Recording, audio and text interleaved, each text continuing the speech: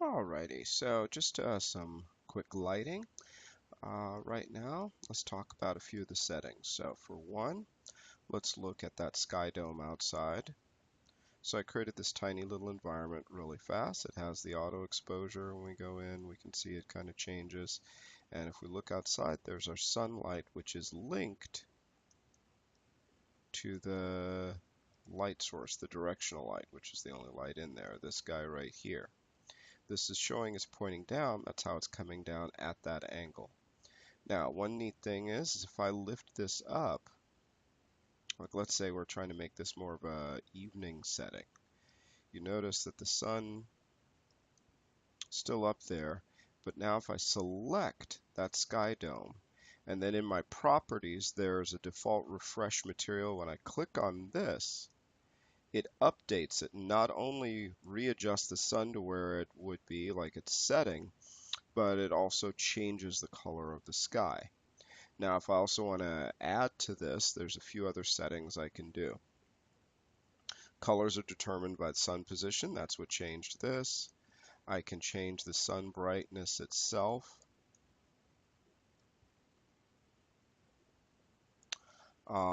The speed of the clouds, the cloud opacity.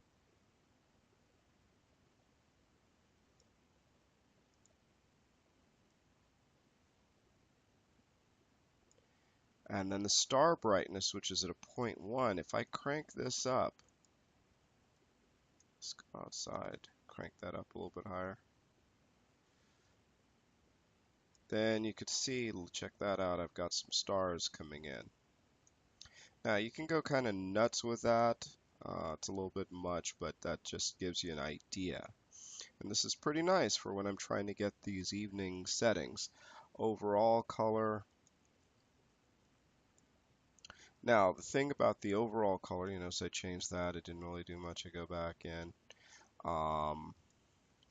That is because colors are determined by sun position. Now if I go in now, and I can now go in and start to adjust things manually when I actually check that. See that?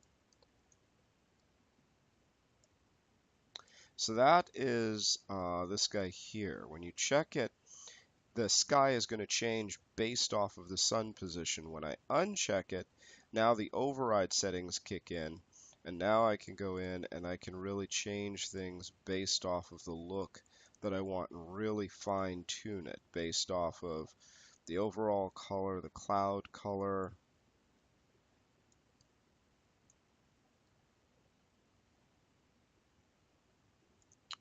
the whatchamacallit, the horizon color,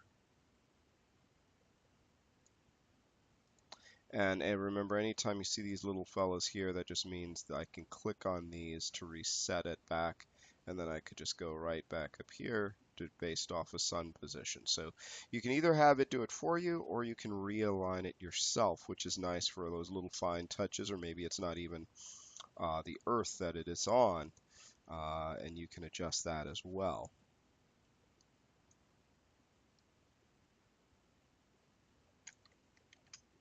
But a lot of these will only kick in once you turn off colors determined by. So that adjusts for that. Now we've made it more nighttimey. Let's do a quick build, and I'm just going to show you some of the settings of the light. Interior lighting. So it's in here. We've got this going. I can actually adjust my sun brightness itself. And if I tone this down, now let's do a build. And since this is such a small little level, you notice this is building like super fast. Boom. And it's just about done. And then has to, of course, calculate. There we go. Now we can see how much dimmer it might be, and we can really kind of go nuts with that.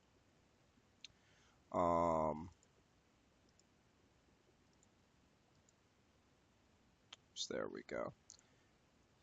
That's better. So now let's do this guy here. Intensity, I'm going to bring this down. And I'm I'm going to give it more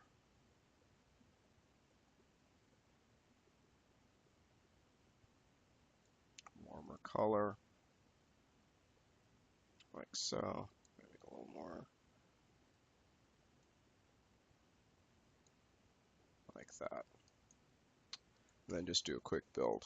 No, oops, the other one I did was the brightness of the sun disk, not the actual effect of the light. I have to adjust the light, select the light source for that. So we have the sky dome outside. That's better. That's what I was more looking for. Okay, so we got this going on, and it's nighttime, and it's getting really dark in there. And I want to illuminate this interior with some sort of a light source. Now, if I go into these meshes, here's a light sphere. This is just a mesh. This is not an actual light, but I'm going to use it as a light source. I'm going to rotate it 180 degrees, maybe scale it up just a little bit, like so. Stick that on the ceiling and say that I want this. Let me see where that's at. Yeah, it's about right. Say I want this to be my light source, right? Inside of here. Okay. Now, as it stands, this guy, we need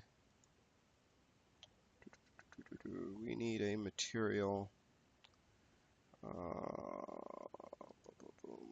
That's the light sphere instance, white instance, reflector.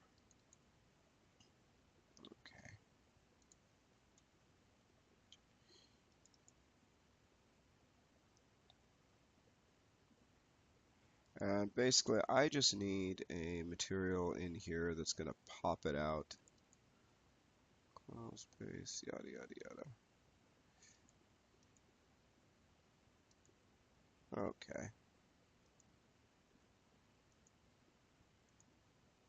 So I want this to be appear like it's illuminated, so I need an emissive on this.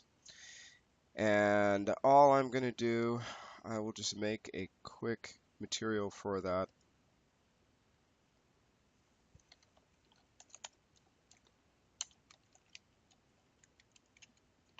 I'll just call it light. How's that?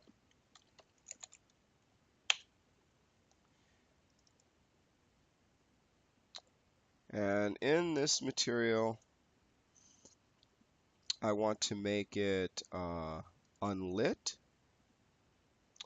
And I'm going to put create a constant. That's hold down number 1, left mouse click. We got that. And I'm just going to right click on that, convert it to a parameter, and call that parameter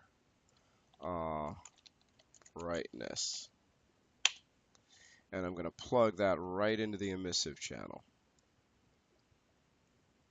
Okay. And save that. And I will take this guy, create an instance material, and plug that instance material into the reflector, this guy here. And now when I open up this instance material, as I crank that up, that's my light intensity right there, see? Now that's all great and well, you know, it looks like, oh, looks like there's a light source there. And if I hit build, the problem is it's not actually emitting light. It's putting a light bloom because I've pushed the value of the emissive beyond a value of 1. But it's actually not illuminating. I can actually tell it to illuminate based off of that. It's just not that easy to control. So if I were to go into this and tell it inside of, I have this object selected, and we go into here, use emissive for static lighting. If I were to turn this on,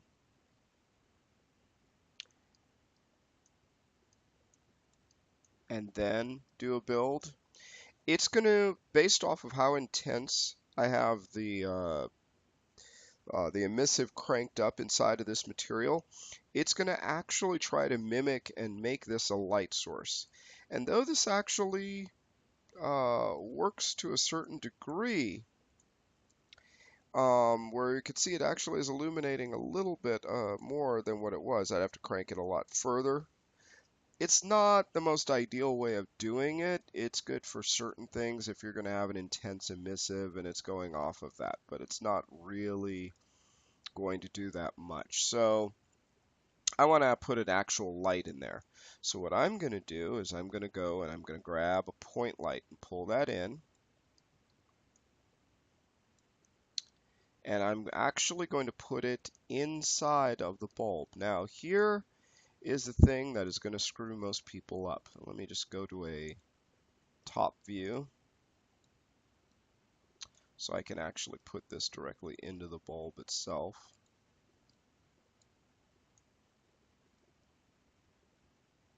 Wherever the center where these arrows cross, that is the actual light source itself.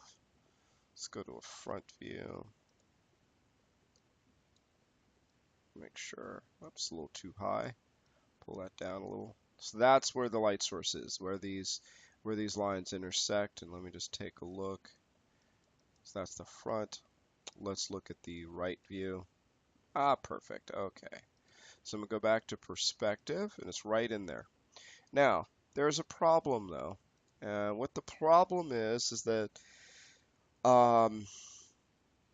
the light, just like if you're used to doing stuff inside of Maya, the light is inside of the object. And if the object by default is casting shadows, it's kind of weird that it actually did calculate that. Typically what would happen, assuming that this material and this object is casting shadows, and it is, that's weird. Oh, it looks like it's higher. That would be why. Point light, okay, that's weird. I think it's also, oh, that's probably what it is. The resolution of the ceiling, because I'm using a BSP. Let me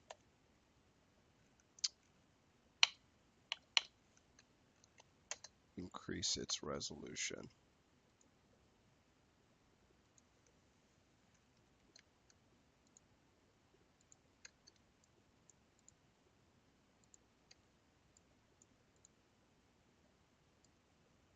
Stupid. Yeah.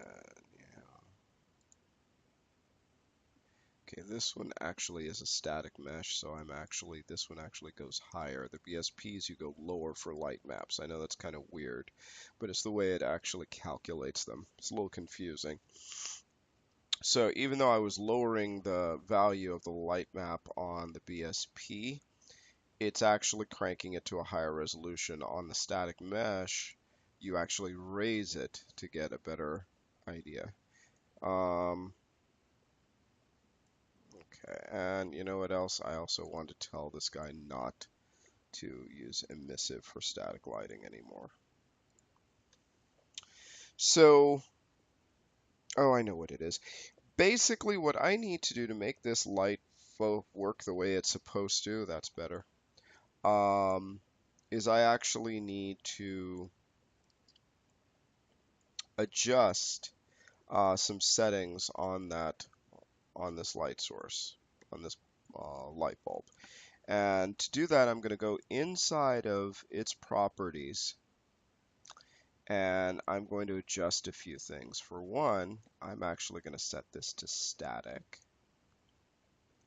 For two, let's just set it to static. So right now, I forgot, whenever you bring in a light by default, it wants to be set to stationary, which is giving you both dynamic and baked-in lighting. And for this, I'm just going to use a static right now. Why is that still highlighting? Acting weird. Okay.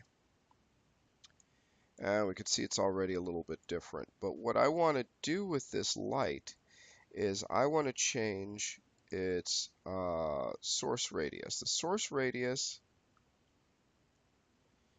as I increase this, is this. This is where the light is coming from. And typically, even though it's acting weird, um, I would actually make the source radius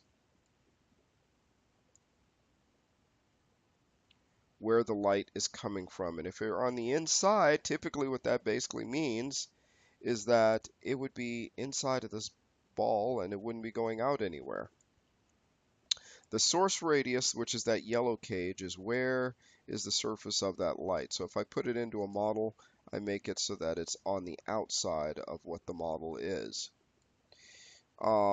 This larger circle is its overall area of influence.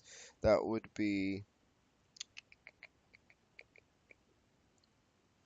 let's tone this down a little bit.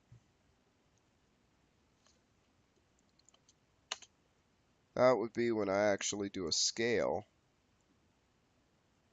and I tighten it up, so it's not hitting as many areas.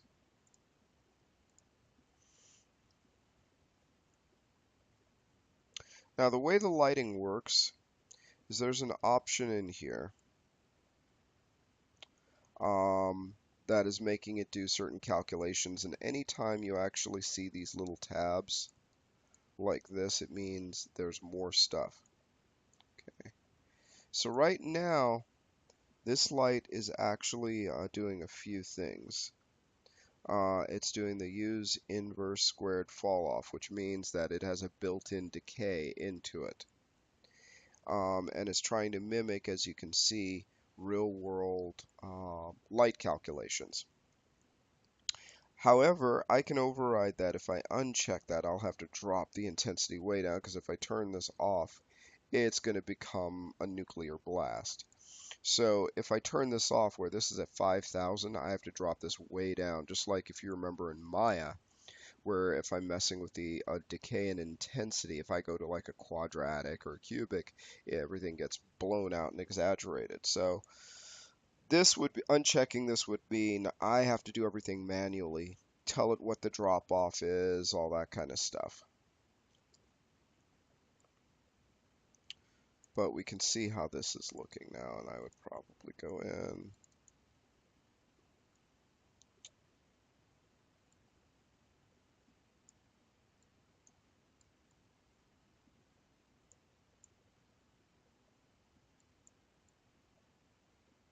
You don't want too high, but you just want it to pop a little bit more.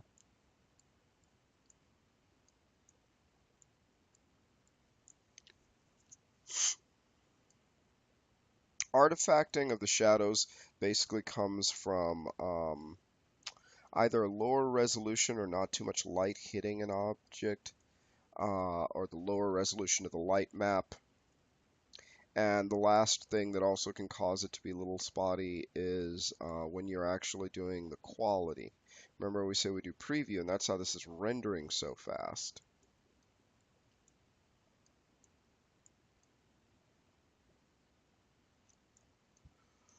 Now, one other thing to consider, and then move on to something else, is let me show you. So with this surface here, I have a material in here, and you can kind of see. Oh, let me go over here. Reflection. I'm going to bring in a reflection sphere. And what this does, I brought in a reflection sphere. I typed in reflect, or started to type it in and brought in the reflection sphere. And what this is doing is you would use these throughout your scene, and if you notice, it has this big sphere around it, because that is basically what it's trying to show in its reflection. So as I move this, you notice my material's changed a bit. And if you look at that, see how it's changing there. So this is allowing me to have a reflection now. And if I were to go in and start to tweak out, where's the rough?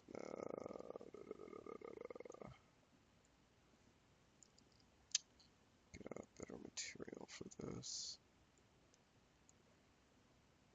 Something I can actually see.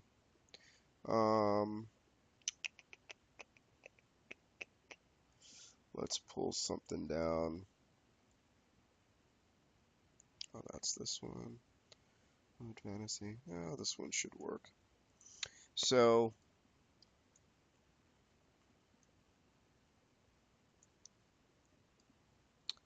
if we have this, we could see the shine here. I want you to notice something. When I select this point light, I've made my light source, and that's really what you're seeing there is the highlight of this. Now, when I actually do, there's the source radius, right, which we adjusted, which was the scale, but there's also a source length that I can extend out. And how that works, let me just duplicate one, pull it down here so we can see it a little better. So as I increase, look at this. This is the source length. And you could see that when I adjusted that, the highlight changes based off of that. So look at that. So why would that work? What would be the point of this? The point of this one is, let's say you have a fluorescent surface up here, right? Or receded lighting, and there was a cutout and I wanted light to come from that. Then I could actually do this. And this guy, what you see how it's extending out, starts to become my light source. So if I needed a beam, like you have a neon light or you have a large fluorescent or something like that, then I can actually go in and I can extend this out, and look at how it's affecting that wall now, right? So imagine I created a bookshelf or some sort of display case, and I wanted this to be in there so that when I actually do my build, this is going to represent that lighting that's underneath the shelves or in a display case. The point light actually has a whole bunch of nice little features that as you go through, you can adjust. And that's one of its strong points, is I could have this, and look at that, where we actually have that as a nice little divot. Suppose we had taken these lights out and just put that aside. But if I hit G for game mode, you can see that highlight, and that works out really well.